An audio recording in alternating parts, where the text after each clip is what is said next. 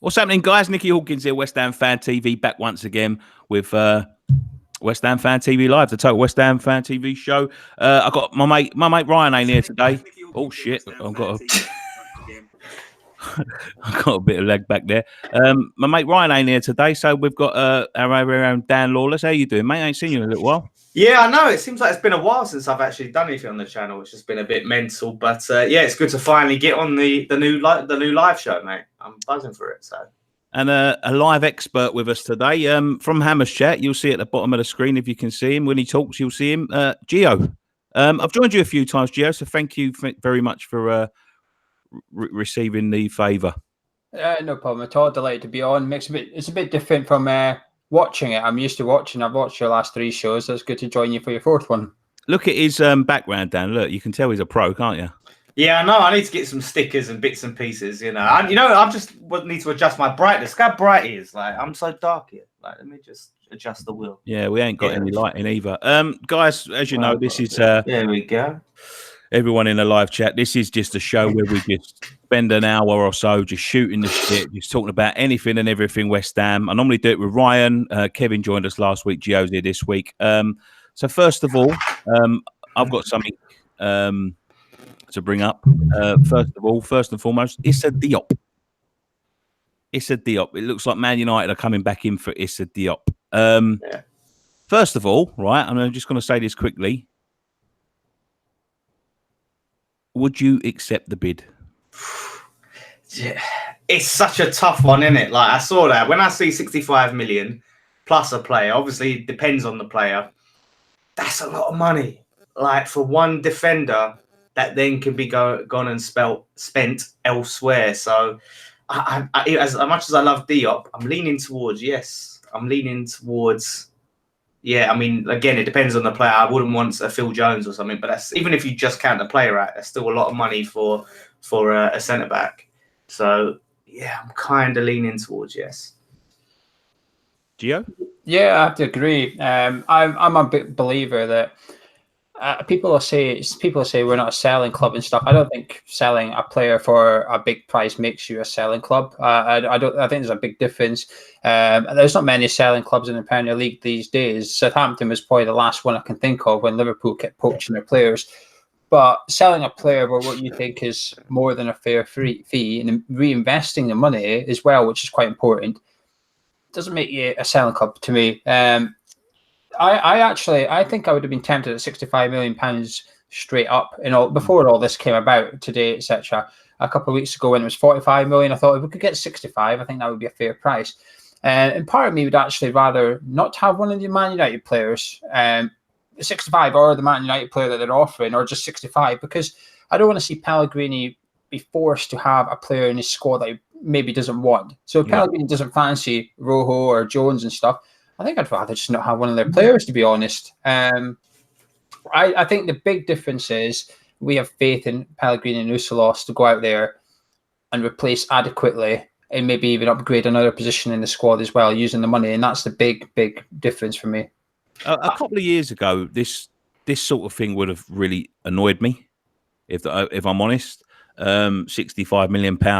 But for someone that we bought last season for £40 million, £25 million, to make a profit of £40 million on him in a season. And let's be honest, like when Balbuena, don't get me wrong, look, I'm not slagging Diop off at all. Like at times, he looked like a Rolls Royce of a player. He looks, accomplished. He's young still. He's been the captain of Toulouse. He's got so much going for him. He looks an absolute unit of a defender. But at times, without Balbuena there, he sort of struggled at times. I know he had Ogbonna next to him, which was, I think, Paolo Maldini would have fucking struggled next to Ogbonna at times. But they did get the partnership going, in the end. And he forged himself. And towards the end of the season, he really come into his own.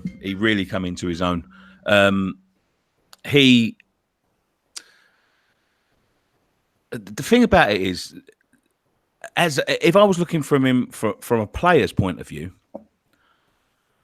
I wouldn't go to Man United if I was him. Because as I said, he's still young. You can tell he still needs experience next to him. You know, i.e. when Balbuena got injured.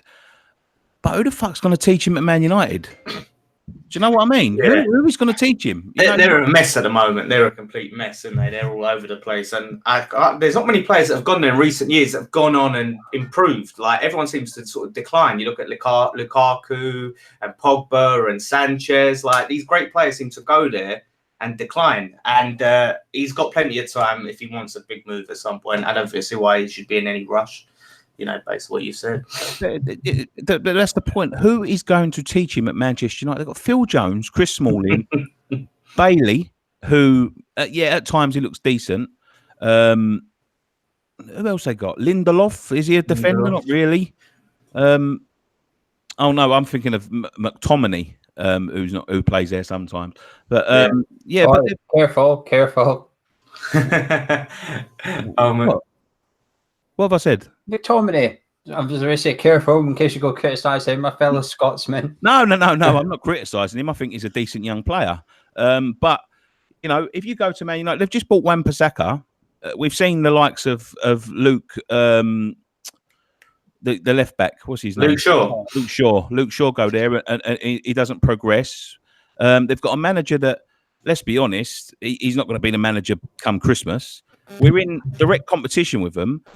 As a player, I'll be looking at Man United and thinking, do you know what? At this particular moment, look, I know they're the biggest club in the world, like arguably, but at the minute, I'd be saying no. Like, Man United isn't the club for me. I'm not going to learn anything from there. If it was a City or someone like that, I'd think twice. Or Liverpool, who have arguably got the best defender in the world.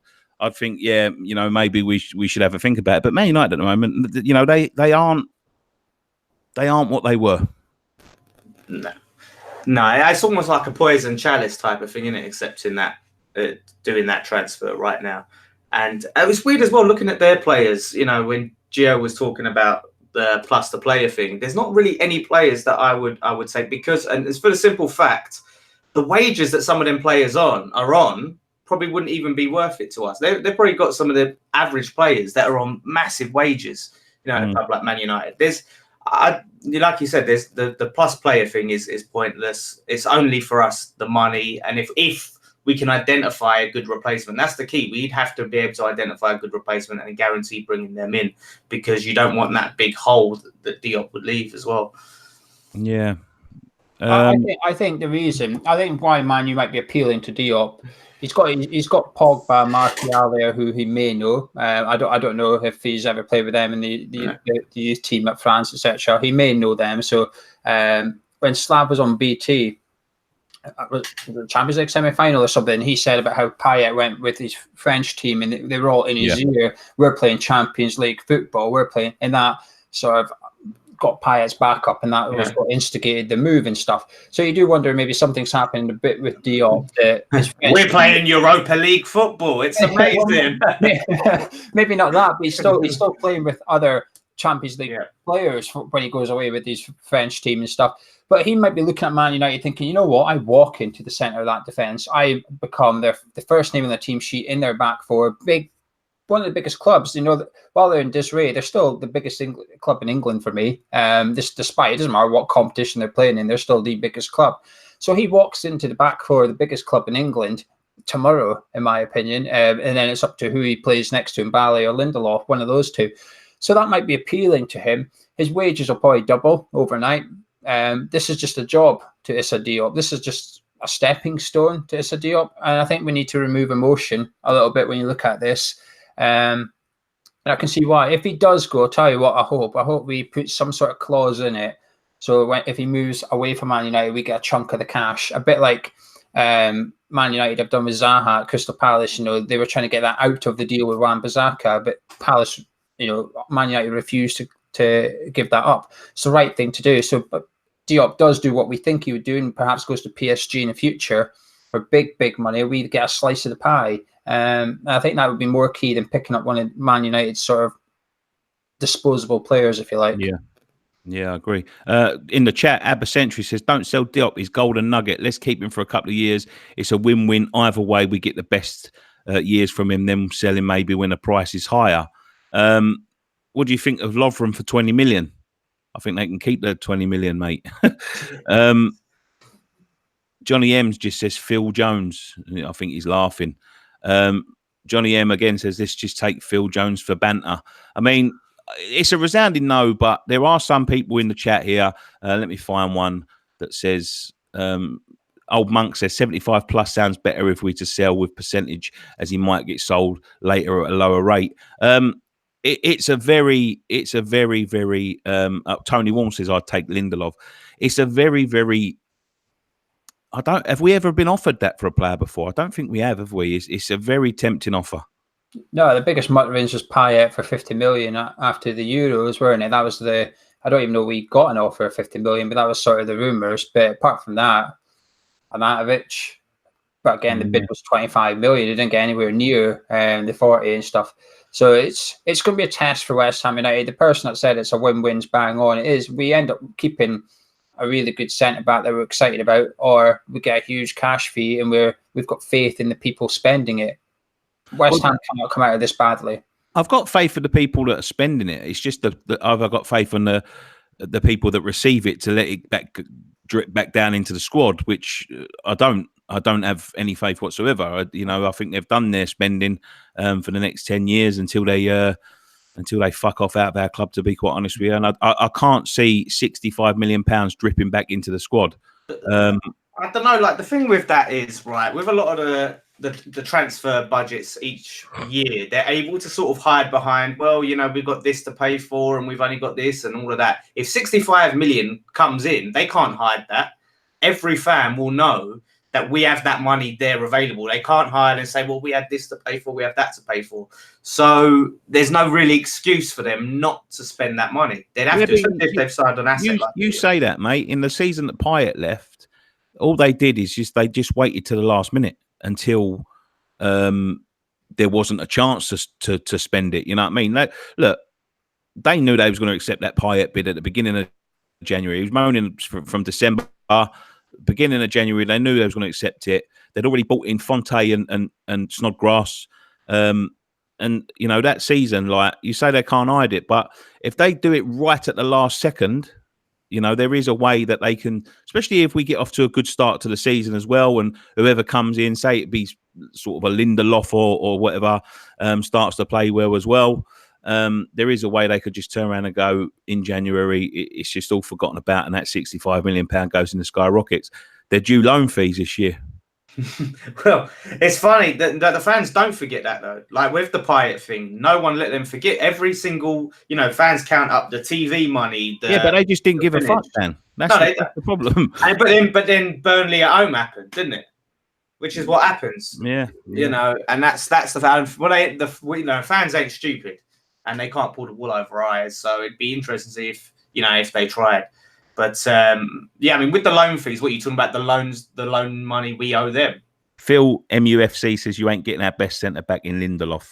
No, look, at the minute with Diop, I think we're just in a position where we can sort of make these demands. Whether they'll come off or not, I don't know. But when you're the owner of someone that's in demand, you can pretty much ask for what you want. Whether you get it or not is a different matter. But Gary Pay says Diop hasn't come out and said I'm not going anywhere, has he? No, Gary, not at the moment. Tony Wong says Husilios, I think, can find another young talent. He's a genius. Aaron M says Bailey, which is, I was thinking about him because on his day, he's another one. I think he's 25, though. What about Luke Shaw? Like, he's left back 23. We're sort of looking for a left back if we could. Well, I think Gio had agree with me. We're just short on centre backs, short on quality centre backs. So I wouldn't be letting a centre back go for a left back. No, but then we'd go and reinvest the 65 million, hopefully, in a centre back. Like, we don't need necessarily one of their centre backs. We could take one of their players, then go and take the money and go and scout, hopefully, a really good centre back, and then sign from another club. I don't think we'll get Luke Shaw. I think him, Bailey, and Lindelof are probably the only defenders off the table. Yeah. Luke Shaw won their Player of the Year last year. He's turning into be that top left back they thought they were getting. He's really impressed me. But to go with Dan's hypothetical, situation, I would take cash and Luke Shaw without a doubt. I'd take less than 65 million in Luke Shaw, in all honesty, because we're seeing, Nicky, I know you're a big fan of spending money on fullbacks, and I think you're bang on. Luke Shaw's a £30 million left back going by the last 12 months. Yeah. So if you look at it like that, it solves our left back position. And I've actually got faith.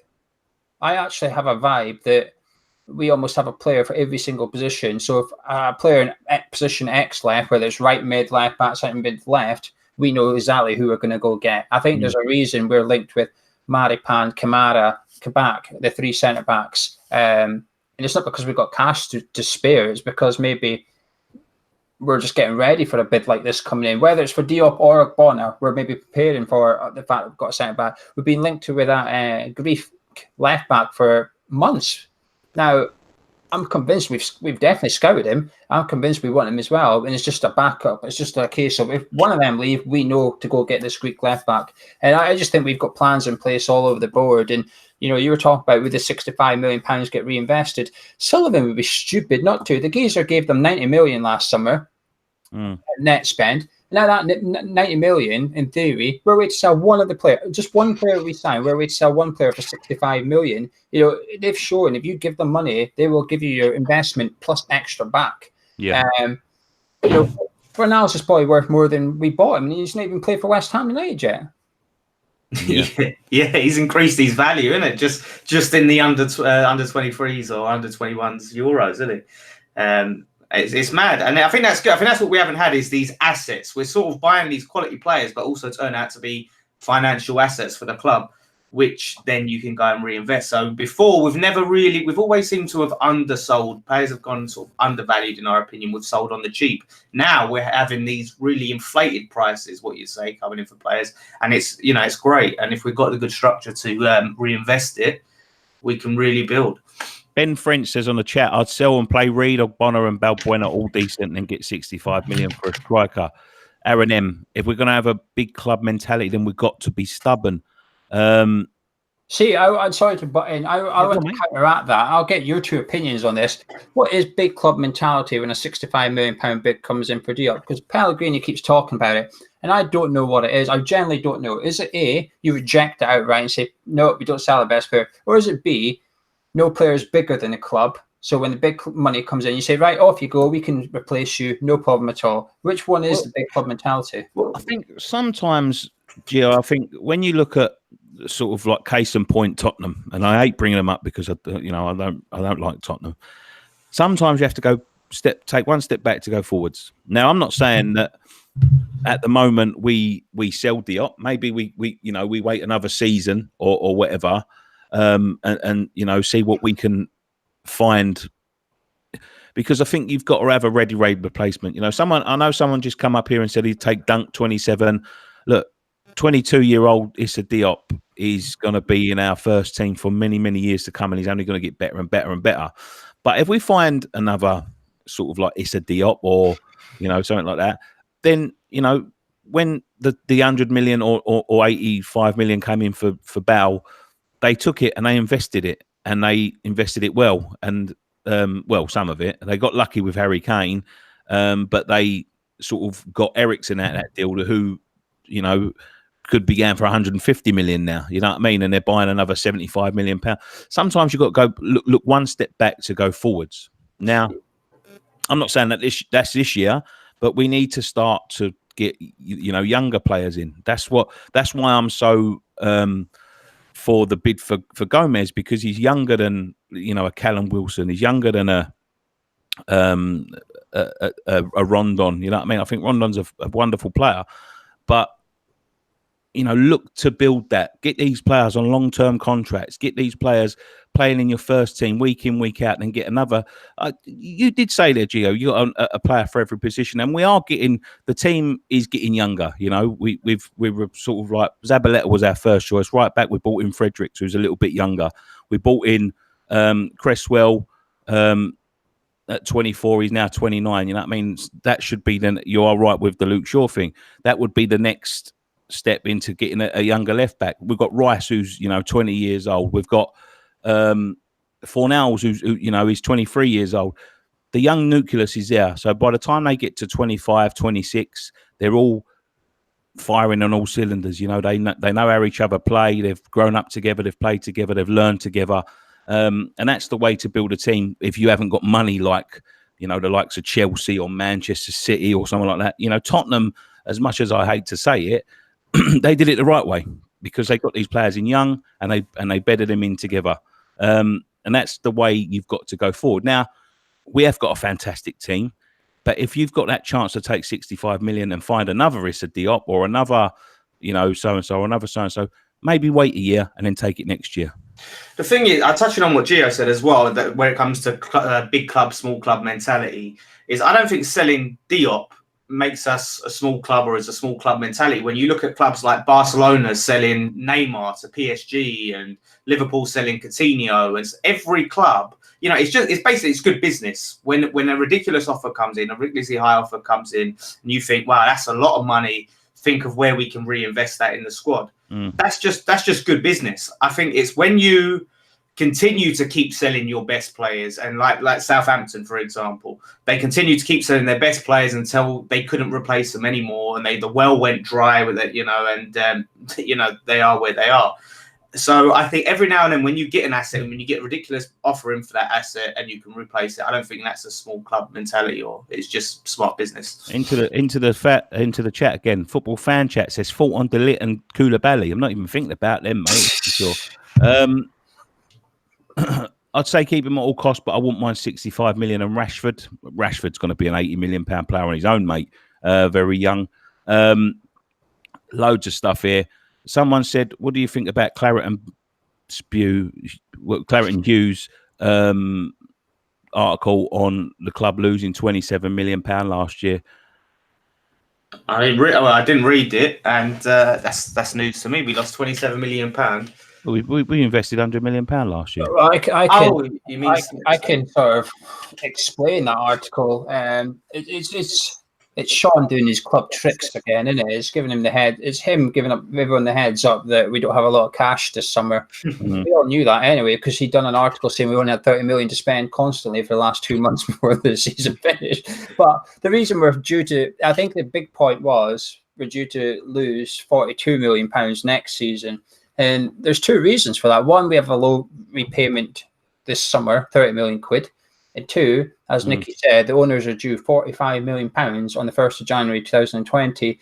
And there was a quote from their top insider, David Gold. Their top insider said something like, "Oh, we'll have to come up with something." We all know what they're going to come up with. They're going to defer that loan so they can continue earning interest. But you know something? This is the only time where we'll actually let them offer it. If Pellegrini gets that 45 million, they basically say to Pellegrini, "We're going to defer our loan, but here's the 45 million you need for Maxi Gomez." There it is. It's win-win. Pellegrini gets his man, and the board get to earn 4 or 5% or whatever it is on that 45 million for another year. So they get a little bit of cash out of it. I think it's the right thing to do, actually, because, you know, at the minute we're struggling a little bit in the market. We can't get our main target in because of money, and I think this Issa Diop thing, you know, something eventually Pellegrini's going to look at that and think, you know what, I could replace him and get Maxi Gomez. And at some point, the two people that count is Diop and Pellegrini. That's the two main voices in this, and it depends who shouts louder and who wants what, I guess. But for the article, that's what it is. It's the loan repayment of 45 million, and I think it's Sean just giving everyone a warning that we have no money because of that. Talking of Sean, it's like watching a propaganda machine turning when I see him tweet at times, because you know, we've all been going on about Socios, a massive name missing from the list against people that that fucking what's the word, dismiss Socios as you know, a viable business, is Claret and Hugh. And you know, I tweeted him last week about, you know, have you written any article on it? Everyone's talking about it, blah blah blah. And he's waited a week. And he's had a little chat with his powers that be and whatever. And I'm sure he's got his instructions from upstairs before he got the green light on anything. He's gone in and he's sort of. I was offended. If I'm honest, I was offended by the article because he made it sound like we're all lying. You know, fact and fiction and all that sort of stuff. And this is the facts, and anything else you've been anything else you've been told is fiction and all that sort of thing. You know, people are suggesting that he's going to be player of the year and all that sort of. I never suggested that whatsoever. I never suggested that. I gave an example of a way that the club have taken something that belonged to fans and used to be free and used to be something that we used to all see on the pitch or in a supporters club or whatever, and they've taken it, they've wrapped it up and repackaged it as a deal, and they've said, right, there's the player of the year. Now you can pay 350 quid to come see it. That's the example I was giving, but you know, he's sitting there, and yeah, I'm sure you're going to have lots to say on this, but I'm sure of it, but. You know, the way I read the article is like, you know, it's not going to be about important decisions and blah, blah, blah. Like, at the end of the day, it all sounded like a bit of a laugh in his article, if you know what I mean. You know, oh, it's only going to be to vote for the socios. So if that's the truth, look, I've got no doubt in my mind that what they was proposing at the beginning, since the sort of social media backlash and since everyone cottoned on to what they was doing, I think the price points changed. I think what they was going to launch with for the votes have changed. I think the strategy has changed. I think everything has changed. I don't think we're going to see, you know, the model, because they was very different options that they told Sean Whetstone than what they told me when I spoke to them on the phone. And I did speak to them on the phone. And Gio, you know, I spoke to them on the phone a long time ago. Yeah. You know, there was very, very different options, and he's making it all sound like, oh, you know, you can buy the tokens. Everyone's going to get one. You can earn thousands. At the end of the day, the message is still the same. Whether, you know, if he thinks it's all just a bit of a laugh, then fucking shame on West Ham for bringing in a company that are going to charge you for an opinion on their fucking product. You know, it doesn't make any fucking sense. It was going to be all the West Ham decisions and all that sort of stuff. They're charging you. I don't think that was going to be a quid. I don't think that was going to be a quid at all. I think that was going to be at least sort of £2, £3, maybe £5. I think everything's changed. But I was offended by the article because it made it sound like everyone was lying. We're not just sitting here fucking looking at random things and saying, oh yeah, you know, that's a laugh, and you know, and let's fuck up their business. You know, the strategy is the same. It's charging people to have a decision on whatever, you know, whatever it is to do with West Ham, and that, at its core, is wrong.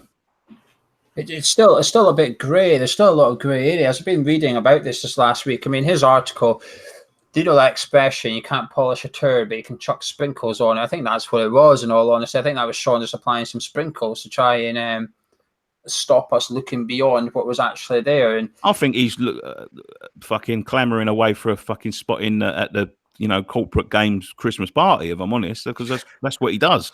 I know someone, right? I'm not going to say who it is because he's asked me not to say who it is, out of sort of PR or whatever. But what we'll say is it's not Express employee, because a lot of people will assume it's Express employee. It is not him, but someone that's with a big Twitter account on Twitter, obviously, is against Socios, and Socios messaged him asking if he wants to attend a game, hospitality on them. And he tried to say, like, oh, I'm against what you do. And they said, oh, there's no strings attached or whatever. You know, it's just like a gift. So he doesn't know if he's going to take it. He might take it, because you're saying, what would you do? I said, well, you want to go hospitality on them, mate? On you go. Just make sure you don't have to tweet about it and stuff. I said, but just don't be surprised if you're in the box and they take a quick picture of you and whack it up on their Twitter going, oh, look, we've got such and such here. So they are reaching out to some fan sites. You know, when you did your video and everybody did the graphic in that, they went very quiet on social media for 24 to 48 hours, and all of a sudden they came out fighting, which is the right thing to do. If you're a company, you've got to come out fighting. But they're replying to every fan, and there's just so much things wrong with it and stuff. There's, you know, the tokens are only £1, but how much is a token worth? If you then sell it back to them and get the chilies, how much is that worth? That could be worth 10 pence. You could be losing 90 pence to your token. We don't know, because it's not currently available to trade. The cryptocurrency, which is chilies, is owned by the same company that owns Socios. It's like a closed cryptocurrency, if you like.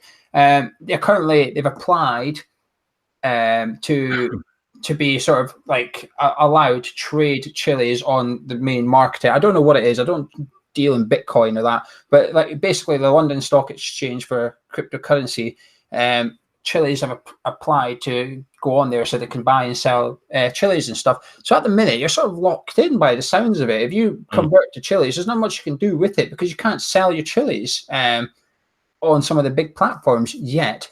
If you look on their website, it says that your investment is uninsured. So if you spend £50, now the tokens is £50 per club. So you can go get £50 in PSG, Juventus, and West Ham. You want, you can invest 150 quid at the minute, and they've got a new club coming next week. There's some talk that it might be Marseille, but I don't know. But you can essentially lose all your money pretty quick because it's uninsured. $66 million has been invested into Socios through private investors, right? Yep. That's a lot of money. So in order to repay your investors, you've got to raise a hell of a lot of cash. You're not going to do that by selling £1 tokens. You know, you need 66 million people to buy tokens. It's as simple as that. I've asked the CEO if this free token we all get, can we convert that to chilies? He didn't reply. I'm going to assume that's a no. Like you said to me, it's going to be untradeable, isn't it? Your free one, which is, fine. But they've not mentioned that. They've not told us that. They're giving you a free £1 token. They're not. They're giving you a free token with no value. They're giving you the vote that you already got. Yeah. The worst thing is, they're saying season ticket holders and Claret members are getting the free token. But what about the guy on the street that attends a lot of games that just isn't a Claret member because the £40 just isn't worth it? I'm going to use someone I know, Bez. Nicky, Dan knows Bez as well. Bez goes to a lot of games, right? He probably goes to more games than I do. I have a season ticket. He doesn't. I get a free token, but he doesn't. So it's just sort of like there's now, as Socios now say, my opinion is worth more than Bez's because I have a season ticket, but Bez goes to more games than I do. Yeah. So there's so many great areas with it. I've got no doubt they're going to be chucking really good prizes at it. I've got no doubt at all. The clubs shipped a massive box of signed shirts over to Malta in the week so that they can open them up. I no doubt they'll have Fornals' first match-worn shirt to give away on Socios. I bet you now that's the prize they do after the Man City game. Fornals' match-worn shirt, or they get scores in. That's it. What I'd be interested in to find, but as you said, Gio, I'm sure they're going to be giving away prizes left, right, and centre because if you're 66 million into it, you need fucking people to buy these chilies or the cucumbers or whatever the fuck they're selling. No doubt. It's just for me, this sort of stuff. Look, you've seen the success of Bitcoin and all this sort of stuff, but when I read that article, Dan, I'll let you come in a minute, mate, because you're sitting there looking bored as shit. Nah, I'm just looking at the comments. Well, I'll let you read some of them out in a minute. But when when you're 66 million into it, we've seen the success of Bitcoin and all this sort of stuff, and I read a fact the other day about Bitcoin, actually. The first Bitcoin transaction, was for a pizza, right? And some geezer paid, I think it was 10,000 Bitcoin for 2 pizzas from Papa John's. And in today's money, that's worth £120 million. I hate hearing about Bitcoin because you always think, if only I knew now what I know then, and I could have bought a shitload of Bitcoin and been it's crazy, isn't it? But but as I say, I don't think it mixes. I don't think football and this mixes, especially when they're offering opinion. But as I say, the article dressed it up like, don't listen to what this fucking dollop saying over at West Ham Fan TV. I've spoke to the real people and I know what they're doing and all this sort of stuff. Look, I spoke to the fucking people as well, and they told me something completely different.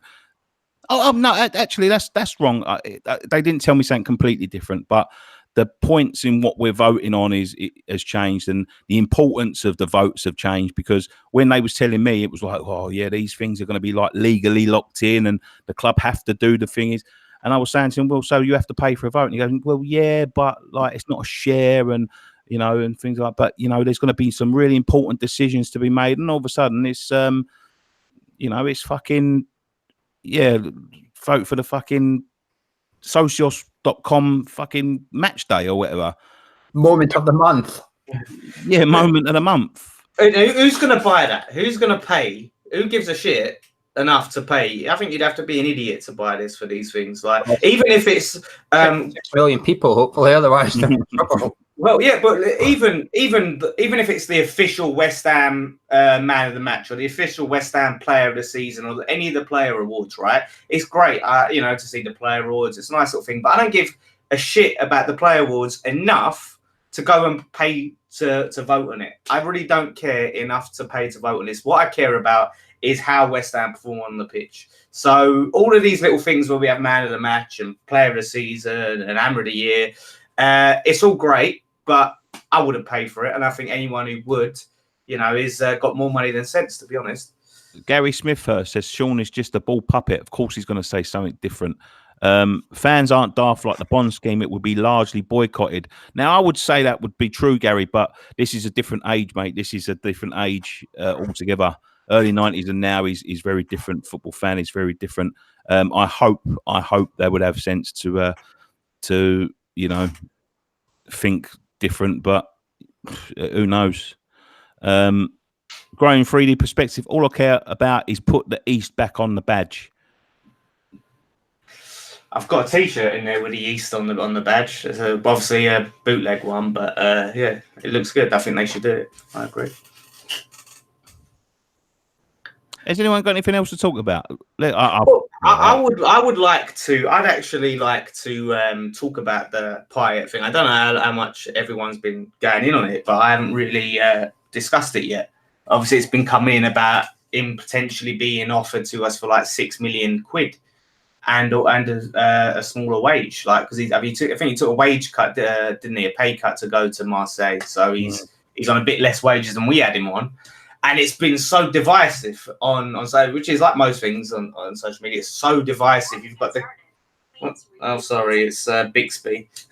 It's been super divisive on like the one camp's like, nah, he mugged us off. I'd never have him back. And then you've got another camp who's like, I'll cradle these balls back. And that was an actual tweet, by the way. I didn't just make that up. Someone said they'd cradle these balls back.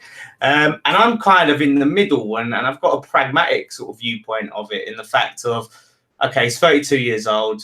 He's not going to be the player that we sold, but maybe for $6 million. And if he is on like, what, 60 grand a week or 60, 70 grand a week, that's not bad business. And especially since we bought him off him for 10 million, sold him to him for what, 25, 26 million, was it?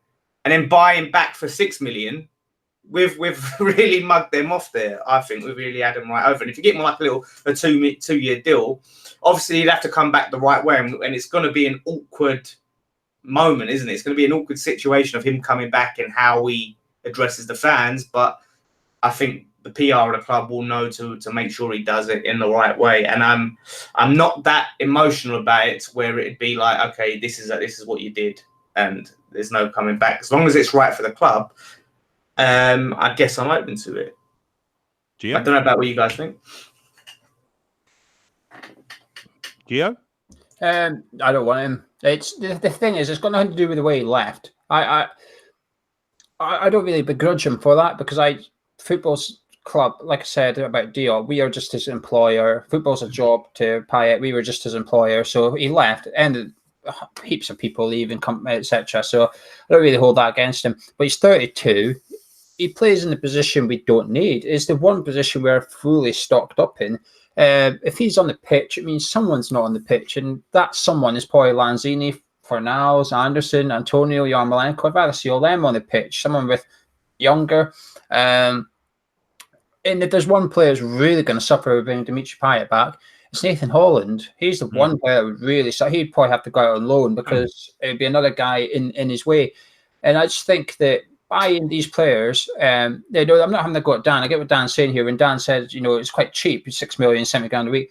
But it's that kind of deals for mid-30-year-olds we've been doing for years now that keep coming back to haunt us. Carlos Sanchez was only £1 million, so went and got him, and look what's happened to him.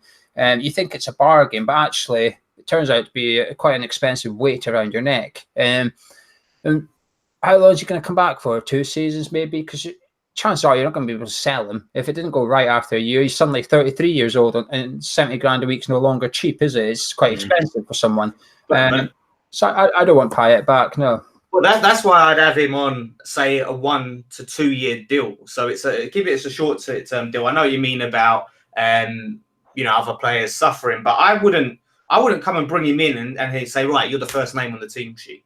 Like, you know, he's got to earn it. He would have to earn his place the same way as everyone else. Now, I have still doubts about Lanzini's ability to stay fit over a season. He's not one of the most injury-prone players we've ever had, but you know, I still haven't got the full confidence there. Fornals looks quality, but we don't know how long it's going to take him to adapt to the Premier League. So I think options and creating chances is something that he is still probably one of the best players that we would have for creating chances, or the best, for when it comes to creating chances we would have. So having that option and being able to give it a go in the cups and things like that. If he didn't cut too much into our wage bill and our transfer budget, then I'd go for it. It'd have to be right. Like I said, I'm like the same way I am with Diop, going or staying for 65 million. If it happens, you know, cool. If it doesn't happen, then cool, win-win. If it happens, and if it doesn't happen, you know, either way. But it's an interesting, I think, conversation. I mean, what do you think, Nicky? What's your Gary Smithhurst says no to Payet. Someone's talking about a Mexican player called Jalapeno. Is that true? Because I've been seeing people that are saying it's fake. I haven't heard anything called Jalapeno before. Sounds like a wind-up. Yeah, it sounds like a wind-up to me. Aaron M, no, waste of money. Look him right, push over, signing him back. He's him coming back, kissing the badge. Fuck him off. That Wayne. Plus, he's not the player he was. Someone saying Gomez is waiting on Spurs. Whatever, mate. You know what I mean? If he's waiting for Spurs, let him wait. Payet is history now. Leave it at that, says Super Stubbies. Do you know what I like about this debate? Is it is so look, I've got nothing but good memories of Payet. You know what I mean? Like, yeah, I was brokenhearted like everyone else when he turned around and did what he did. And I do agree with you to an extent, Gio, but like when you say like football's just the job and so and so. Look, nobody. I don't know anybody that acts like that at work in order to get another job, and it's a bit more than a job when you've got children getting your name printed on the back of their shirt. You know what I mean? Like you don't go to fucking the garden centre and someone's got fucking Geo #2 on the back, have they? You know what I mean? Actually, there's one, but there's one, yeah. But I'm just saying, like, you know, I don't go to to the council when everyone's got Hawkins on the back of their shirt and pay £70-80 for the privilege of it, and they're definitely not singing my fucking name as I'm driving down the road. But yeah, I do agree to an extent. I've got wonderful memories of him. I only remember the good. I try to block out the bad. For me, you know, Paolo is my hero. He's done it over 4 or 5 years, but for pure ability for that one season, and look, to some extent the next season as well, he was the best technically I've ever seen. He had everything. And you know, I've good, but as you say, 32 years old. Yeah, he might be £6 million, but you know, if he turns out to be a huge mistake, he's then 33, and we're stuck with him for another 2 years. A bit like fucking Boa Morte or any of them guys that we used to put on big contracts. So yeah, I'm in agreement. You know, just leave him where he is. Look to the future, not look to the past. Christopher Warner says, "Love the show, lads. More the merrier." Yeah, thank you very much, Gio, for coming on. Tony, Payet didn't leave for United or Barca. He left because of family reasons. Him going back to Marseille proved it was family reasons. Look, Tony, I'm not saying it wasn't family reasons, mate, but there's a way to go back to fucking Marseille, and that ain't signing a 5-year contract and then fucking off the season after and refusing to play for your club. That Rabona assist, I remember, says Reece Spate. Forever Bland Bubbles, would you take Payet back if he guaranteed an FA Cup win? I don't think anyone guarantees an FA Cup. Look, you can fucking guarantee the Betway Cup. I think people would take him back, but you can't guarantee anything. What else we got, boys? Do we know about anything else? I would like to touch on the Gomez comment. Like a lot of people saying about anyone. You've just touched on saying, Gio, would you like to talk anything? All right, go on, Joe. No, we'll go with Dan's Gomez. Well, we'll go with Dan's Gomez. When you want to talk about Gomez, we'll talk about Gomez. It's only a short comment. I wanted to respond to one of the comments about the Spurs thing. Like he's waiting for Spurs and all of this. It's like a lot of fans will sort of change how they feel about a player based on what the tabloids say. So I think it was the Mail or the Mirror. The Mirror pointed out, Gomez is waiting for Spurs. That's why he's deciding what he's going to do. And it's like, just because of these people say it, it doesn't make it true. Like, why decide now you don't want Gomez because a tabloid has said, oh, he's waiting for Spurs? He could be deciding and seeing what other teams are going to come in, and they'll just go, right, let's make it Spurs, West Ham. That's the hook. There's the bite. And he could know fuck all about anything, and he could be on holiday somewhere. Yeah, waiting to come back on Monday. He's in the Copa America. Oh, there you go. Yeah, there you go. And all of a sudden, like I said, these tabloids, they take this, they make up these slow news, they make up these stories, and all of a sudden, like, everyone's having a meltdown, and Spurs fans are getting on their high horse, and all of this. It's all bollocks. Just for me, my attitude is, let's just see what happens. Because if you say that, if you have that attitude, then he ends up signing for us. Then you know how you're going to feel about it. If he does go to Spurs, then he goes to Spurs. Like, I don't. I don't know why we should change how we feel based on like the tabloids. I sort of try. I think it also depends on the team, because if they were turn around and saying they were waiting for Watford, everyone would be saying, "Well, fuck Watford, come, you're joining us." And Watford, they're saying Tottenham, and then I think that makes a massive difference. Just to back Dan's point up, you're going to believe the tabloids, right? It was 3 weeks ago. The rumours were Maxi Gomez wasn't sure about West Ham because he wanted assurances he would be first choice over Navic. Well, he's not going to be first choice over Harry Kane, is he? So if first choice means so much to him, then he's got to almost by default dismiss Spurs. Now, I know you're racing Champions League football and stuff, but when you're that age, he's not in his prime yet, but he's playing first team football in La Liga, being watched at the very least by Barcelona. Why would you sit on the bench for Spurs? He's better than that. He is a first choice striker player, and I think I can't see him going to Tottenham because of that. And it's got nothing to do with Spurs or anything like that. It's just because he should be playing week in, week out, and he won't do that at Spurs. Josh White has donated £1.99 to get his comment read. We do read them anyway, Josh, but it does stand out. He says, "Could Fornals be our new Payet?" That's a loaded question, isn't it? Could he be an amazing player for us, and could he end up mugging us off and going back to his old club? What could he be? But in terms of ability, from what I've seen at the under 21 Euros, obviously he was brilliant the other night. He looks a very, very accomplished and able player. That's what I would say.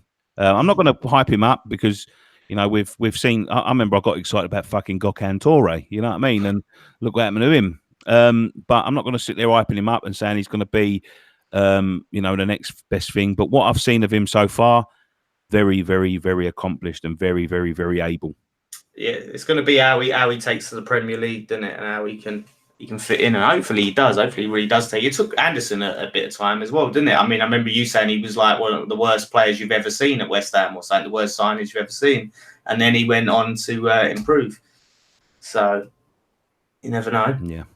This for now, so he looks. I've seen pretty much every minute he's played in London 21s. I was only half paying attention in the previous game when they smashed Poland, but last night he was playing in Anderson's position, which is not worry, but it's a bit. I hope that's not his optimum position because he's not getting there. But his touch is just delicious. There was a couple of times there was a high ball coming from about a 30-yard pass. He just plucks out this and it just lands at his feet. It's such a delicate little touch. It's one touch, and that we've got certain players that play right wing at West Ham that are English. We're squad number 30. If he did that touch, the ball would go about 5 yards in front. But he's just got that about him. He's got the ball when he's dribbling, even when he's running, the ball's never more than half a yard in front of him and stuff. And if a defender comes over, he's able to use his body well. I'll tell you what, if he plays like last night, our players that run behind defences are going to have a field day with him, because there was a few times he played the fullback in and it was just inch perfect. It was on a plate. The defender had so much time, he actually didn't know what to do with it. He should have been crossing it, but he started shooting.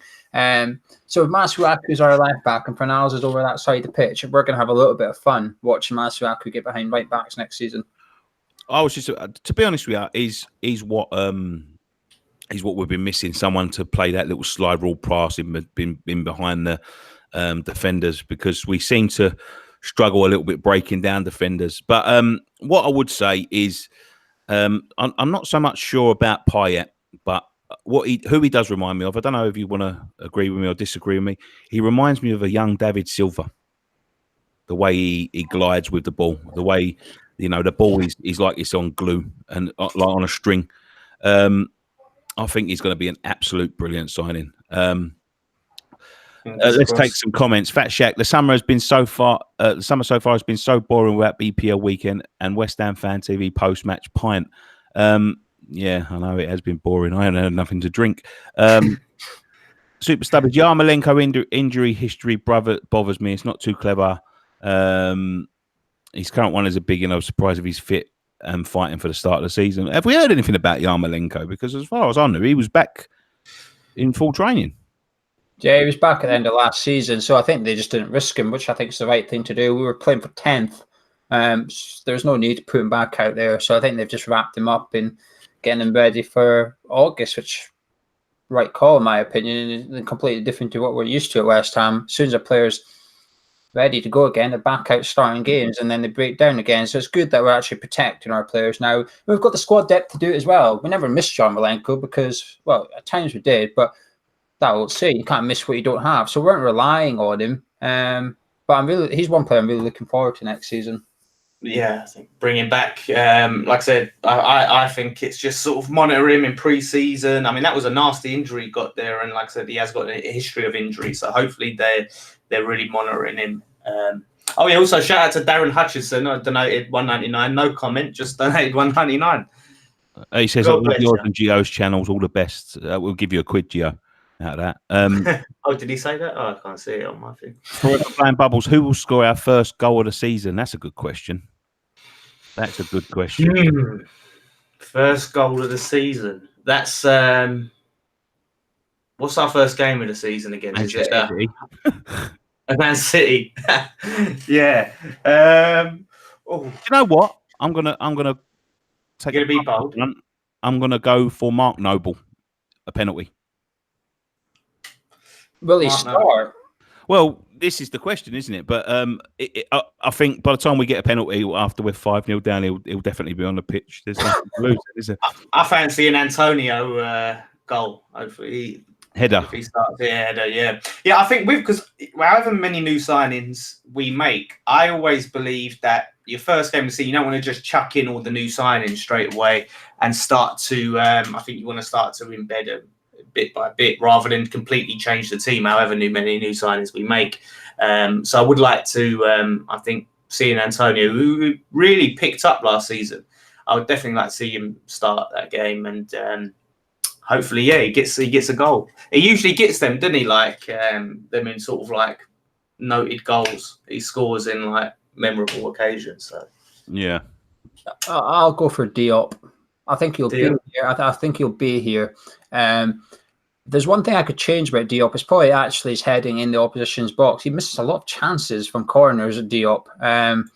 But yeah, the only problem is Snodgrass ain't going to be on a pitch to cross him. Fernandez's corners were a bit ropey for Spain. They weren't beating the first man. So we can get someone to whip it. He'll fit right in. Yeah, he is like Payet then, isn't he? Like just first corner whacked away by the first man. But yeah, I'll go for Diop. Terence Crane says, Nicky, I sent you a message asking if there are any West Ham Fan TV T-shirts. Dan, are there any West Ham Fan TV? Well, there's a link in the description of all our videos. If you see, it's westhamfantv.eki, but we're not overly happy with those T-shirts. Yeah, don't buy those. In fact, I'll probably take the link down because it's the quality of the T-shirt. So really, it's one of our sort of mid-term goals is to get merchandise for the channel that we're really happy with. And to get that, you kind of need a load of money up front where you can buy a load of T-shirts in bulk and get them done. Where that's like a pay per shirt thing where they print on demand. So hopefully coming up, but I'll probably take that link down. So don't buy the one there. Terence, you might be able to ask Gio, because I know they make their own T-shirts, Hammers Chat. Also support Hammers Chat. Support all West Ham content creators. Gio, can you get an Hammers Chat T-shirt anywhere? No. You just spent all that time picking it up. We'll fucking rip one off of Gonzo's back and give it to him. Anything else, boys? Yeah, I mean, I don't know what else has really been this week. It's been a quiet one, I think, for this week, apart from all the Payet and Socios stuff. And I mean, I'm just looking forward to the season now. George Parrish says, "I'm a graphic designer. I can help? Yeah, you can help if you want, mate. Yeah, we'll talk to you after. Send me a tweet or a DM or whatever." Yeah, Twitter's the best place. The other news is Obiang's move to Italy is sort of stalling a little bit over wages. Well, I mean, what the fuck does he want? He should be paying subs. How bad he is. I think he's wanting paid what he's currently on, but that's too much. I mean, it's surprising how poor Serie is because he's linked with Roma, and Roma are struggling to afford 50 grand a week for him. It just emphasizes how much money it is in the British, is in the English Premier League, you know, because we're handing out 50 grand a week to someone to sit on our bench, and they're struggling to get Roma. I mean, it's a big fucking club in Italy, isn't it? It's not like a poor club. And you know, AC Milan today have had to pull out the Europa League because they've failed FFP regulations. That's AC Milan struggling for cash as well. It's just mental. Oh, that's another thing. Valencia. A lot of people are worried. I don't know how you pronounce the keeper's name. Is Nicky? You might know. You're quite good with your foreign players. Mm-hmm. Valencia sold a keeper to Barcelona. Neto. There's the Barca's one I don't know how to pronounce, but people are saying, you know, Valencia have just signed a keeper for 35 million. Does this mean they're actually almost? This is their way of dodging FFP, and I think it's bloody fantastic. Valencia have sold their keeper to Barca this side of the FFP regulations, so Valencia can meet the FFP, and then when they go into the new FFP window, Valencia are completing the signing of Barca's keeper. So they're basically just swapping keepers. Swapping keepers, yeah. They're flipping over the regulation period so Valencia can qualify for the Champions League with FFP. I think it's fantastic, to be honest. I'll be honest with you. I don't know the ins and outs. You know what I mean? Gio, on a live stream you've recently done, you spoke to a financial guy that would probably be able to answer all of our questions. But what I would say is that they seem to be clamping down a little bit more hard on FFP now. So teams do have to be careful. I don't know whether they're clamping down more on it at the minute, or if it's just like they pick and choose who they pick on and who they don't. But I know that there's a, you know, if I'm right, I don't know whether it's finished or not, but last time I heard there was an investigation into City possibly getting, you know, chucked out of the Champions League because of it. But you know, I don't know where that's going or whatever. Is it a case that, you know, they're going to review it again? You know, seeing as they've sort of found a loophole, and I don't know. I just think we definitely need to get rid of Obi and get him off the bloody books. So whether it's whether he goes to Italy or whether he goes to Spain or wherever we sell him to, I just think we need to move him on. I think like he would do well in them leagues. You know, I think that's probably more his speed, like the La Liga or the Serie A. But I mean, if it's not a player, we don't really want any more dead wood on the team. So hopefully we do move him on sooner than later. He deserves it as well, to be fair. He wanted to leave a year ago, but we sort of persuaded him to stay on the sort of gentleman's agreement. He would get to go this summer. So I think the club actually are maybe going to have to take a financial hit on this one and sell him for a little bit cheaper than they want to in order to honour their words with Obiang, because I think it's important that if we are going to do these spit handshake type deals, we follow through on them. Through with them, yeah. I think it is important that we maintain a little bit of integrity, because we're the first ones to wave our arms in the air and shake our heads when Marko Navic does something, or if Issa Diop was to hand in a transfer request tomorrow, we'd all get upbeat about it. So I think it's important that we're doing the opposite side of it and sort of standing by promises we've made to players. Now, as far as I'm aware, it's only Obiang we promised can leave, but I think if the club have to sell him for a little bit cheaper, it's just something we're going to have to do, grin and bear it, I'm afraid.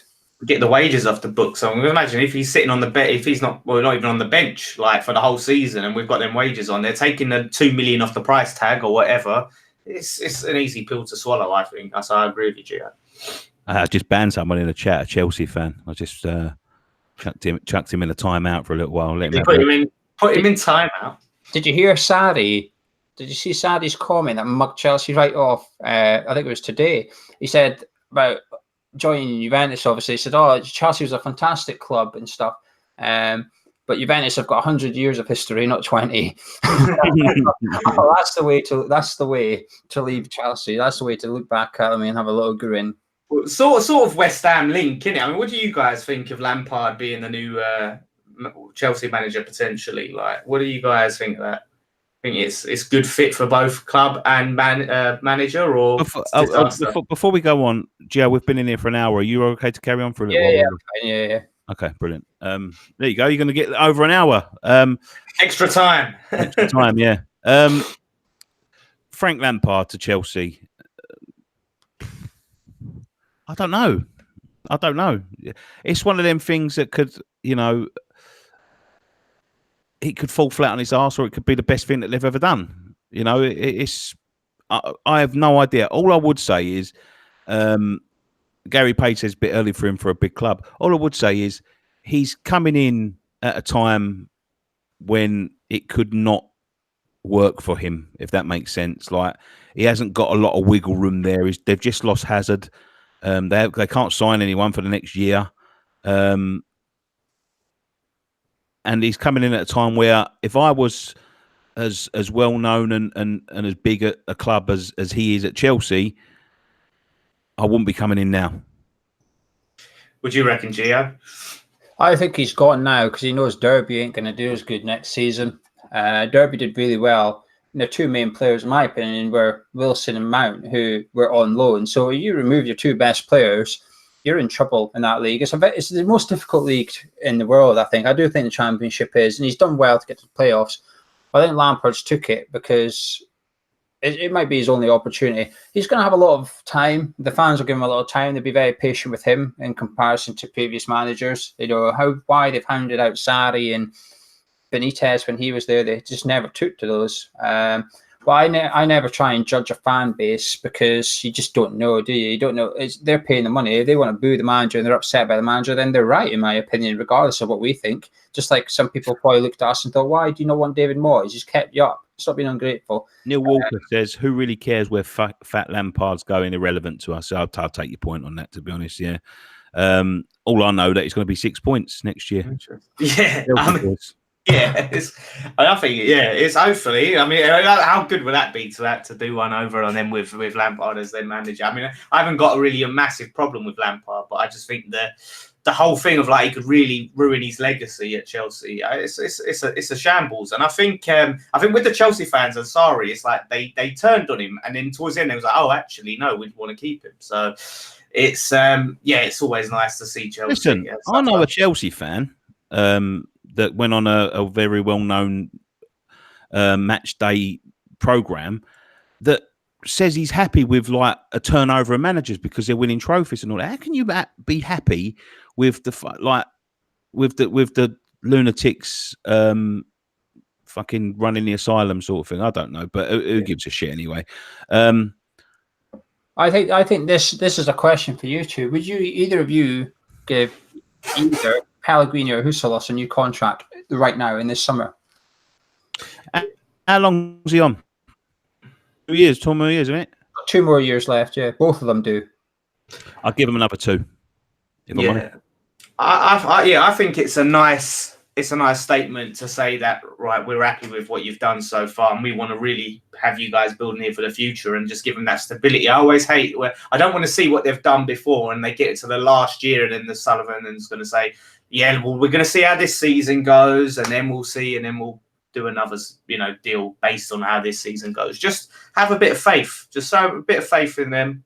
Go, right, new deals. We're really happy with the moves that you're making. Eucelios seems to be coming into his own a little bit as well. And I think people are starting to sort of see beyond, sort of not see beyond Pellegrini, but see that, over the last year since he's been here, we're signing decent players at good quality, at decent prices. And they are putting it down to Eucelios and, Sullivan not getting involved. And, he's got the ability to sort of pick a good player up and, he's shutting Sullivan up to a certain extent. I I think Sullivan is still involved, though. I think he does the negotiating. I think he's heavily involved. He just doesn't target players anymore. Doesn't target the player. Well, I think that was the problem because he's got. I don't think anyone that's look. I know it's his money and all that sort of stuff, but I don't think anybody that it's the clubs. It's your money that's given to the well. club. At the end of the day, it belongs to him. At the end of the day, he owns the club, so anything that they earn, it belongs to him. I always think it's a little bit of a. It's a no-no when it's your money, if that makes sense. Football, you can't be looking at, should we buy fucking Lacazette or should we, Hernandez has just come up for 5 million. You know what I mean? Mm-hmm. Like, you've got to ask the manager, and I don't think that's what he was doing. It didn't look like he trusted the manager. They seem to have invested this. And most importantly, I don't feel such a mug for thinking Zilios was the signing of the season, Dan. I was really trying not to bring that up. I thought, I hope you don't remember what he said about it, because I remember you going, me bringing it up. But you know what? Like, I did hear last season that Sullivan did take a bit of a step back from transfer dealings and negotiations. He probably still has some involvement, but I think that's important. But I mean, how long were fans screaming for us to get a director of football, before Helios came along? And that's what you need, a football person to be in control of your transfers. Look at Fulham. They've had, the son of the owner, Tony Khan, as their director of football, who's basically just goes off of statistics. He just reads statistics and goes, oh, he's got good statistics, let's just buy him. No real knowledge of football, doesn't really, watch loads of football.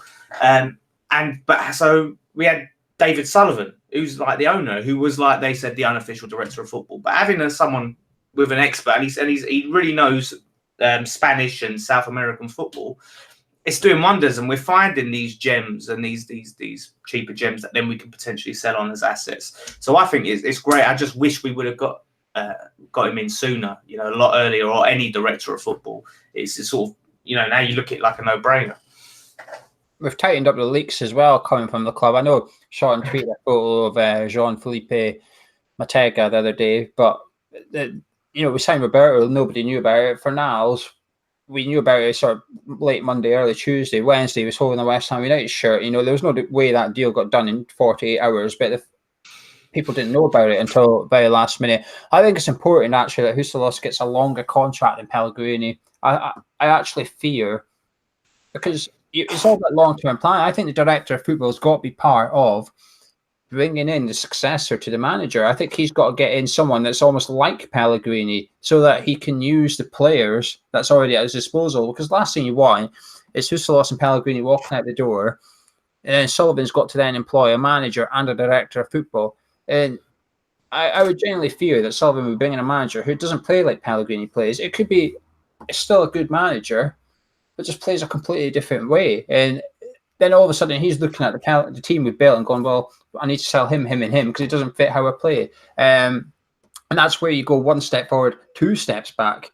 I think the Huselos contract is probably more important than Pellegrini's contract for the long-term thing of the football club. I agree with that, right? I think that makes a good point. And I would like to see Huselos here beyond Pellegrini's term. But do you think in a way that might undermine the manager if you're saying, right, this is the guy who works under the manager, this is the guy that Pellegrini brought in, but we're going to give him a longer deal than you?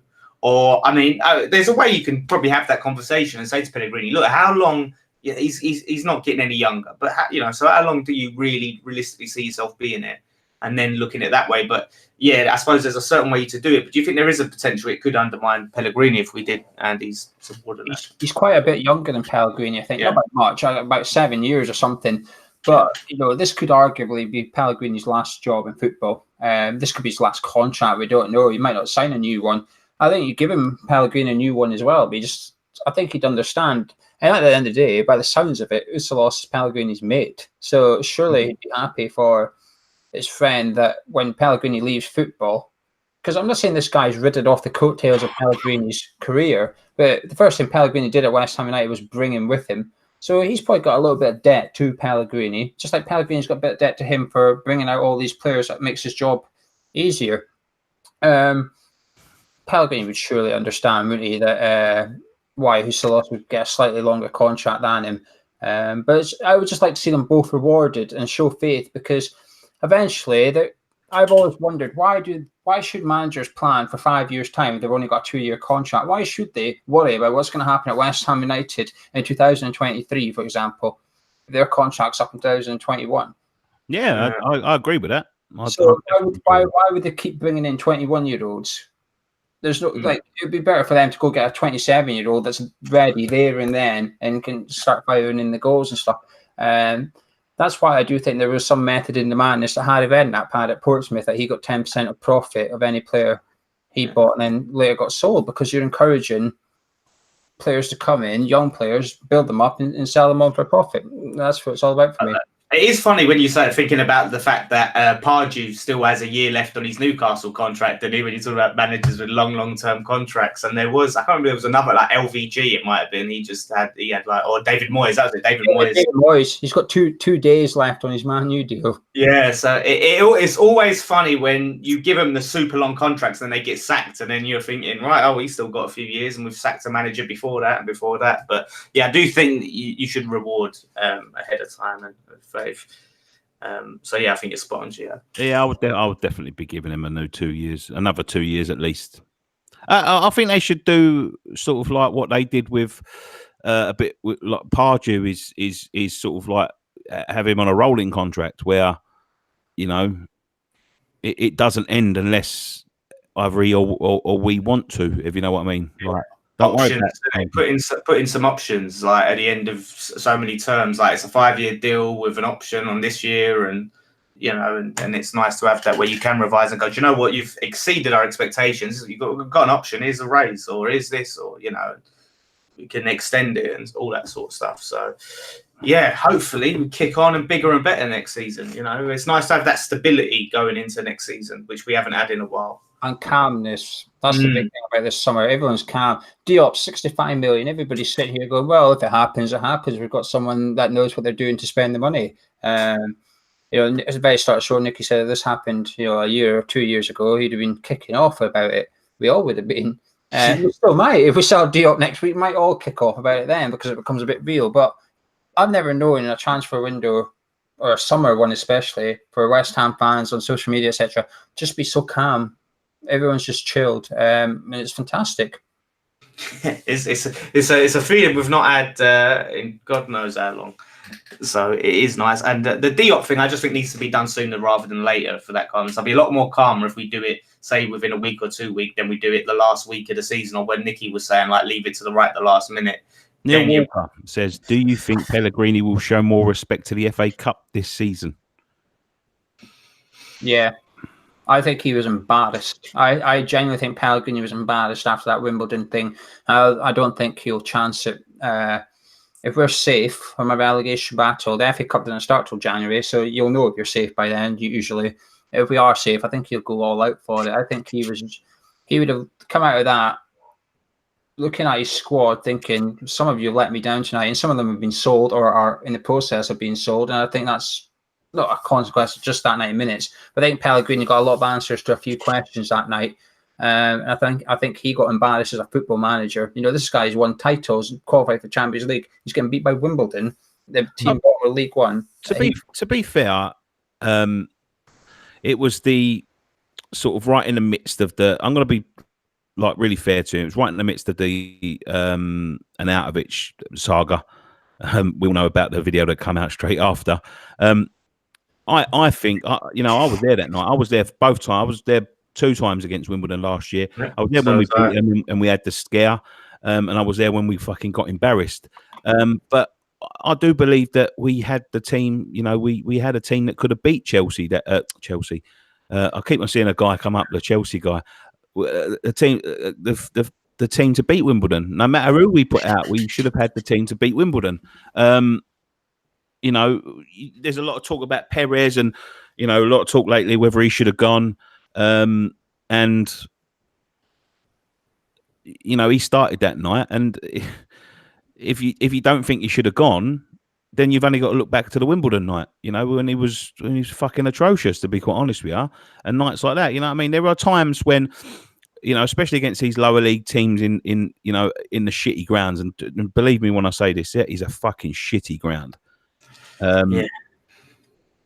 you know, and they go missing a little bit, and they think that, you know, talent's gonna get them through when the other team, all they want to do is fucking punt it up in the air and all that sort of thing. You know what I mean? So he would have learnt a lot of lessons from that. I don't think he had much choice, i.e., an Outovich. You know, he wasn't even in the squad. I don't think that was his choice. Nobody knew what the fuck was going on with him. That would have had other people asking questions, and it just seemed like one of them nights when we turned up to it's not Plough Lane, is it? I can't even remember what the fucking ground's called now. The King's Meadow, is it, or something Chelsea like that? ladies' home ground, isn't it? Very fun. Yeah, and it's like, you know, they just didn't fancy it for whatever reason. So hopefully, we go a bit further. You can't blame him for thinking that could be the game where you can rotate your squad and thinking, right, okay, maybe your players that aren't getting games in the Premier League. This is AFC Wimbledon. They were doing terrible in League One at that time. They were on a really bad run of form. So he's probably thinking, well, look, these players that I still think are quality but can't get in over these players can go and get the job done. They should have, like you said, they should have been able to do it, them players. And I think there was a bit of apathy, a bit of like, oh, it's Wimbledon, you know, we'll just turn up. And we'd already beaten them. Yeah, and the thing is, I think with that, I think the games were kind of like similar because we were getting they were really battering us sort of in the first half. But luckily, when we brought on Anderson, it sort of changed the game. But this time, it was like too late and the damage had been done. But I think the attitude to take is start your strongest team, get the job done in the first half as much as possible, then start to bring on the key players when you think you've got the game close to wrapped up. When you look at the draw, when you look at the, you know, who came after, it was Millwall, wasn't it? Yeah. Came after for Wimbledon. It was a fantastic opportunity to go, you know, into the semi-final. Fantastic opportunity. You know what I mean? And I always look at them and you know, when you look at them opportunities, you always think, oh, fucking hell, we're fucked it. We're not going to get another chance like that. But we always seem to get the chance and we always seem to fucking fuck it up. So hopefully next year, I think that's just ingrained in our history, to be honest with you. But hopefully next year, we start to see. I do think he's got more options. And I think by the time the season starts, I think there will be, you know, some more quality in the squad as well, you know. Yeah, fingers crossed. I forgot it was actually the quarterfinal as well, wasn't it? Like, that changes things. We should have went all out. It was the fifth round. It was the fifth round. Fifth round? Yeah. Oh, they went on to get Millwall. Oh, right. Yeah. But, yeah, I'd love to see us get to Wembley the next season. Fingers crossed. But, yeah, better squad depth. I think we can do it. But it's injuries. There's still that thing about injuries that's in the back of my mind. And I just hope we can manage that, you know. That's what concerns me. Yeah. We always seem to suffer in that department. All right. Should we wrap it up there, boys? We've done an hour and 20. Actually, let's ask Gio a few questions. What's going on at Hammers Chat, Gio? Penalty shootout with Gio. Nothing really. We did some filming at Stratford last Saturday, so we've got a few videos go out. But as Dan and you'll know, when you're filming in a pub with background noise, the audio is going to take some work. So Charlie's got a lot of editing to do. Not really doing much, to be honest. We've not got anything planned that we haven't already done. Just same series that we've been doing. We've got the boats next season again. How do you get tickets for the boats, Joe? Because I'm always interested, mate. Email us, hammerschat@gmail.com. Email us, and I'll give you all the T&Cs, etc., etc. If you wish to come down and join us for a few drinks next season. I'm planning on doing an event in November. Hammers Chat will be 5 years old, so I'm planning on doing an event in an evening after a home game. But depends, because I've seen that we've got Spurs. I don't really want to do after the Spurs game. And also Liam Gallagher's doing his tour in November. So I don't know what games I'm going to get to, because in November I'm sort of going to try and go on tour to see Liam a few times. But Hammers Chat will be 5. And it's something I've always wanted to do. I know you have sort of tried to do an event as well, a live sort of post-match pint and stuff. And I just want to do a one-off thing because of Hammers Chat. And, you know, we did our 24-hour live stream, which you kindly joined us for. So next season, the evening event will be our charity thing for 48 hours. Yeah. Well, do you remember the time? Just like we'll give the viewers a little bit of a insight. And do you remember the time when we was going to do that 24-hour fucking 5-a-side thing? Yeah. I remember that. Remember that?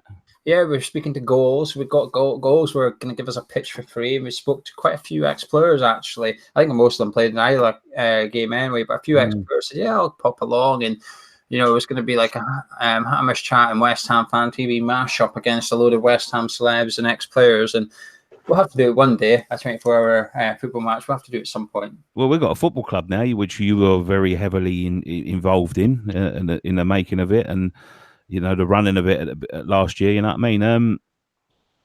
You know, maybe we can get them involved somehow. We've got kits and pitches and all that sort of stuff. Yeah, I'm all for a bit of ambition. It was ambitious, you know, but we've got the logistics going. The hardest part is actually we were wanting to live stream it, and then you've got Wi-Fi and all this to come into it, and that was actually the hardest thing. But yeah, the 24-hour football match is something I would like to do at some point in the future, just for a bit of fun, a bit of crazy. Why not? Maybe we can come up with a different idea. You know, you done it. I mean, personally speaking, when you've done that live chat, mate, I watched a good chunk of it. You know, I was on it. You know, I was pleased to be part of it. But when I watched it back, and you know, especially like the next day, because I am a fucker for my sleep, man. I don't get enough sleep as it is, and I'm one of them people that sort of like sleeps when they need it, if you know what I mean. Yeah. And I'm not one to sort of stay. You know, I can't stay awake during a fucking film. You know what I mean? So I'm definitely not going to be able to stay awake when fucking Sean Weston's talking to me. That's for fucking sure.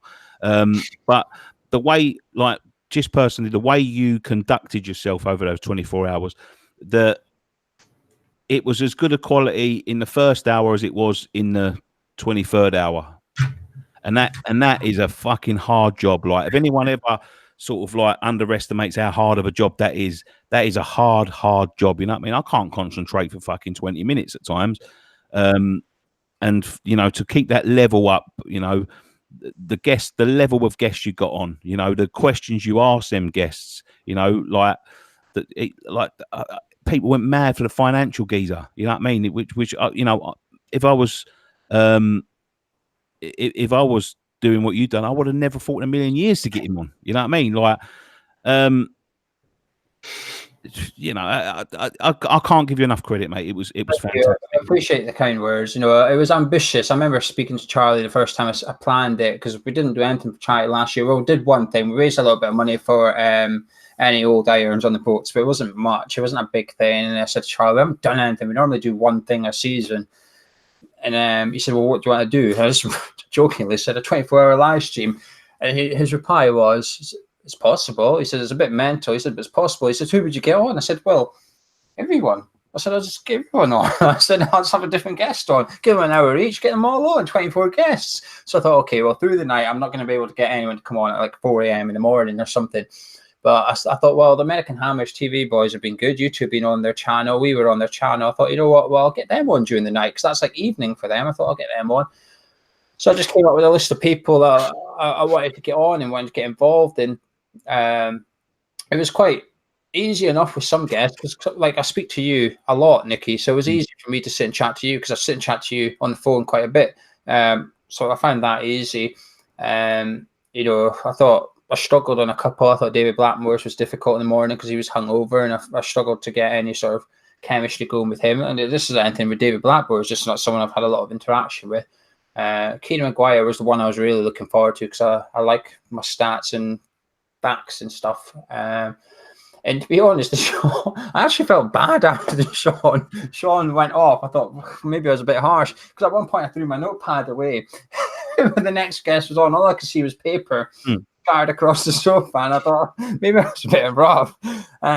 But you know, I got messages from you straight away saying that like the Sean one was really, really good, and I think a lot of people enjoyed that one the most. What I mean, give us a bit of behind the scenes information, some tasty. What was how first of all, how hard was it to do?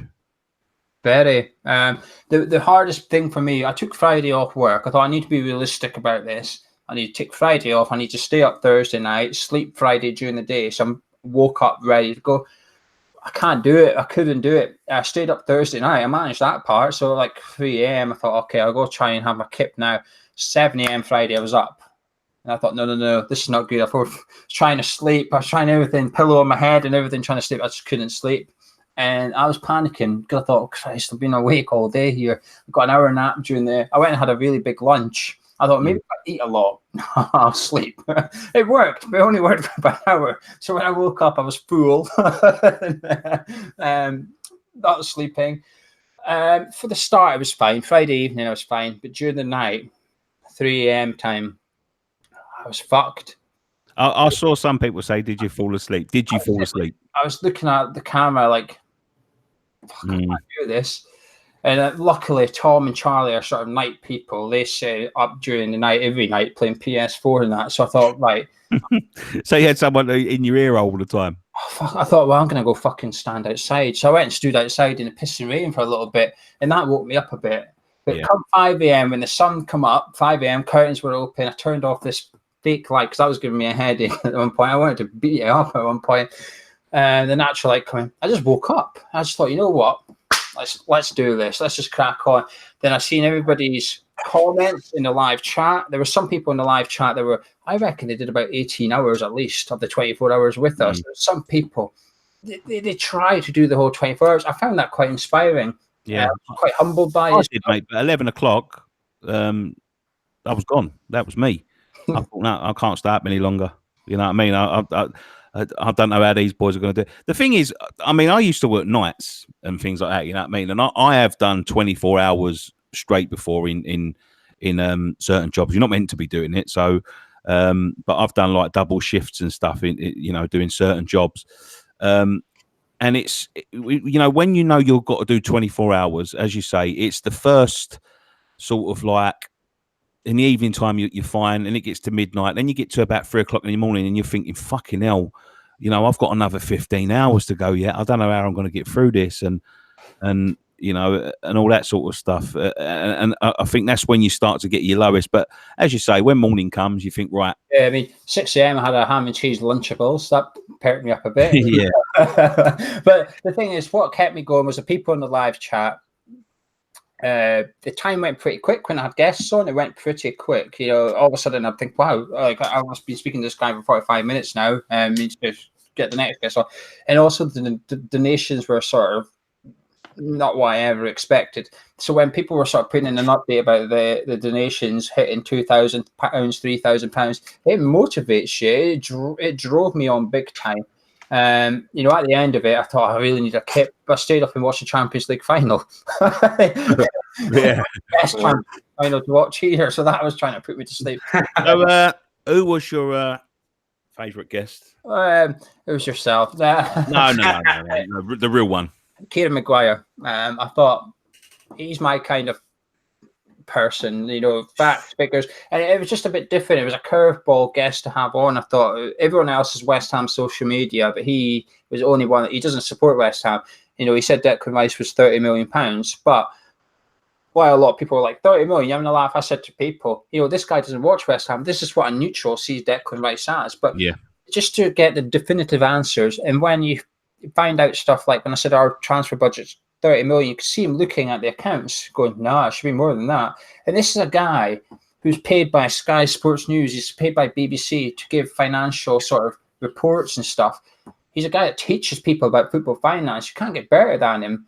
And I just thought we've now got a guy here who is almost nailing the owners to a cross a little bit. He's pulling out clubs that don't pay interest. And I just thought he was fantastic. And I quite enjoyed my interview with Sean. I could have kept going with Sean actually, and because I know you're the same, and I know Dan's the same. I just disagree with everything Clad and Hugh do in terms of leaking stuff. And if I was the next guest on, I would have told you to carry on, or I would have told you to keep him in. But I think, unfortunately for him, I was just a bit cranky when he says, I've got a question for you. I thought, all right, come on then. Let's be having you. And that was it. Gloves were off, cards on the table. Let's go. I enjoyed that debate with him. The thing is, I think with him especially, and I know I keep on focusing on him, but that was my favourite part of the whole thing. You know what I mean? Because me and him, we don't see eye to eye on things. You know what I mean? I know a lot of people in the chat and all that are saying, "What's my beef with him?" and all that. I haven't got any beef with him, so to speak. like personal beef or anything like that.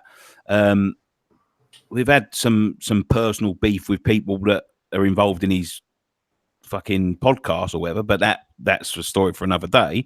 But with him, it's just he's an unashamedly, you know, and people in his own fucking podcast call him the Stooge. You know what I mean? He's unashamedly like he's 100%. You know, don't give a shit. You know, we are propaganda sort of to an extent. But then he starts to sort of like trying to pull the wool over your eyes while giving that fucking sly, cheeky grin as if to say, yeah, I'm not telling the truth, but this is what I'm going to say anyway, and you're going to fucking believe me whether you like it or not. Darren Clarkson says, just say it, Nick is a cocksucker. You said it, mate, not me.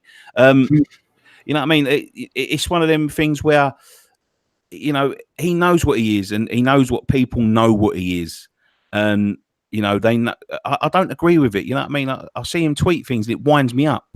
The fucking Socios thing the other day, it wound me up. It winds me up with him because he's so quick to put fans down and you know, try and sort of slip in. It's with it. Look, I like X, and I know like X and him will be like they're two contrasting people in my eyes, because X will say things, and yeah, he gets a little bit excited of himself sometimes when he breaks things. You'd think he fucking scouted them sometimes with X, but you know, I like him as a person. Yeah. With Sean, it's completely different because X doesn't seem to brag about them things, and he does. You know what I mean? He's sort of looking at everyone thinking like, huh, I know everything that you don't know, and you know, I've seen him coming out of fucking corporate boxes and things like that. You know what I mean? Trying to chat to me on the way out of a Chelsea corporate box. I just sort of like, well, all right, mate.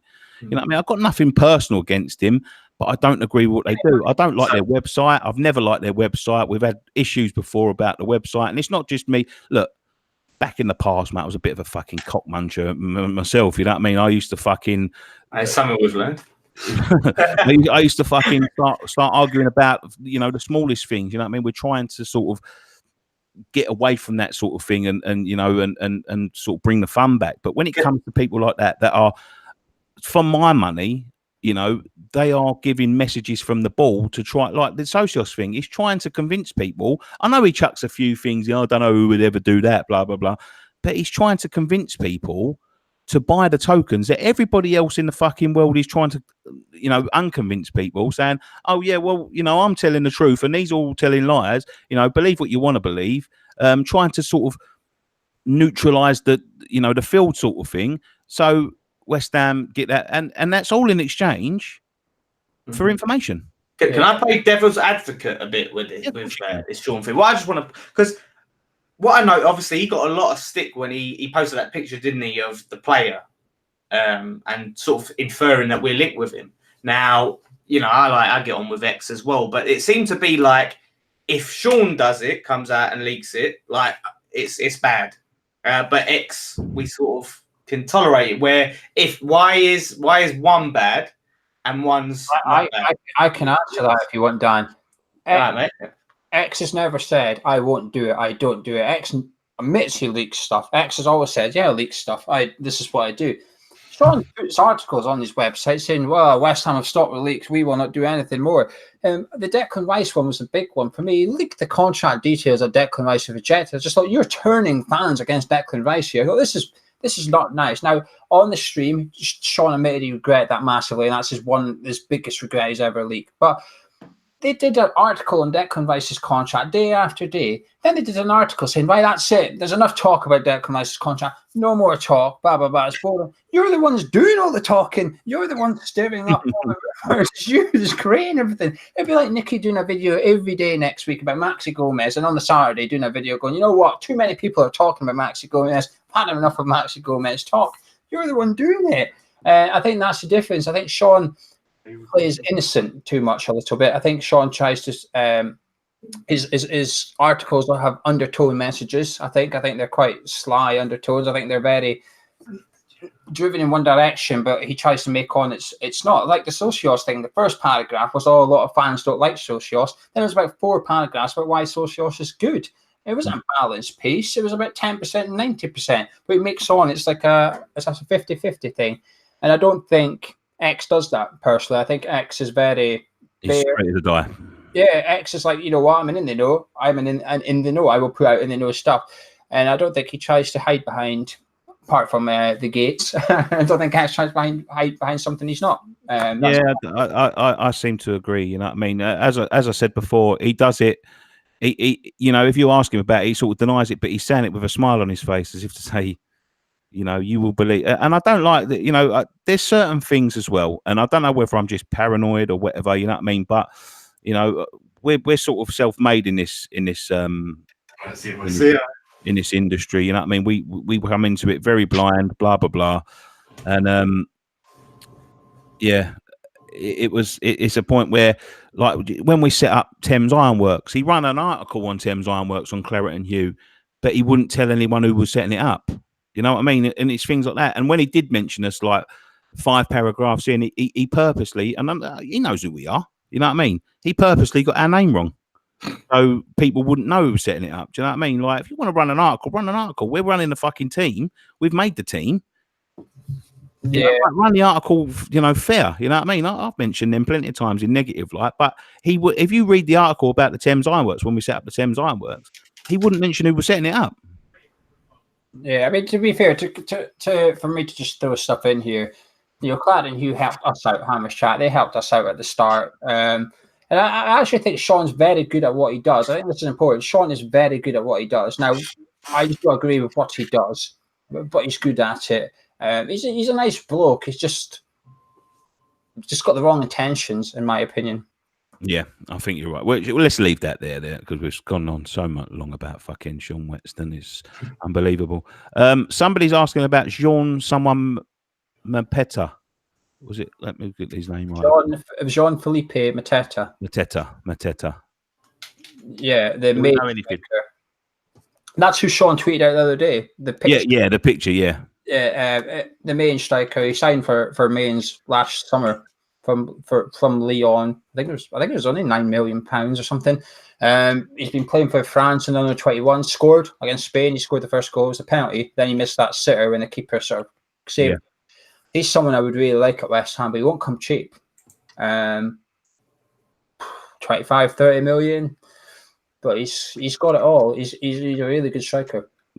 One thing before we go, because we've been batting on for 1 hour and 40 minutes now. Andy Wall said, "Nicky, is your tea ready yet?" I think he said, in other words, he's saying, "Shut the fuck up. We don't know what you're talking about." And a 24-hour live stream of charity. Yeah, but he, the new kit, he's talking about. Dan's got the new kit on there. Someone's talking about the white one. Will you be investing in a new kit, and what one do you prefer? Me? Yes. No, I don't wear replicas. Only the real deal for Gio. I don't like the last one I bought was the home one. I don't know for the farewell bowling season. I bought that one because I liked it and I wore it a few times, but I just don't like wearing them. I don't really. Well, I say I don't really buy them. I do buy them and then I give them away. I think they feel comfortable. I mean, this one feels really, really comfortable. I never wear them. I never wear them. I think it's you know, it's nice as well because I don't have all the set design that Gio has, so I can stick on a West Ham top and it gives it a little bit of West Ham look on it. But I've been tempted to buy it for that purpose. I've been tempted to get just to wear it on videos. We used to get a lot of people moaning in the comments at us that we don't wear any West Ham stuff like on us. So you'd see us with like he's wearing a grey hoodie, I'm wearing this black top, and he's wearing this. And people used to get in the comments, "Oh, why don't you wear West Ham gear?" And I don't wear it because of that. Somebody was really offended that we didn't. Yeah, somebody was really offended that we didn't.